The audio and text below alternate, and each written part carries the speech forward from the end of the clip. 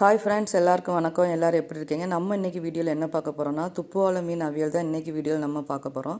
So துப்புவாழை மீன் வந்து பார்த்திங்கன்னா இந்த மாதிரி கிராஸாக தான் கட் பண்ணி தருவாங்க. இது செய்ய தேவையான பொருட்கள் என்னென்னா தேங்காய், வத்தல் பொடி, மஞ்சள் பொடி, நல்ல மிளகு, சின்ன வெங்காயம், புளி, கொஞ்சமாக கருவேப்பிலை. ஸோ இதான் வந்து செய்ய தேவையான பொருட்கள். இது எல்லாத்தையுமே வந்து நல்லா மிக்ஸ் பண்ணி எடுத்துக்கலாம். சில சின்ன வெங்காயம் வந்து பார்த்திங்கன்னா ஒரு 5லேருந்து ஒரு 6 சின்ன வெங்காயம் வச்சுக்கோங்க.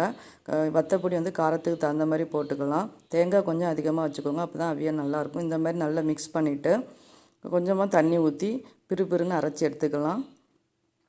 ஸோ இந்த மாதிரி நல்லா பிறுபிறுன்னு அரைச்சி எடுத்துக்கோங்க.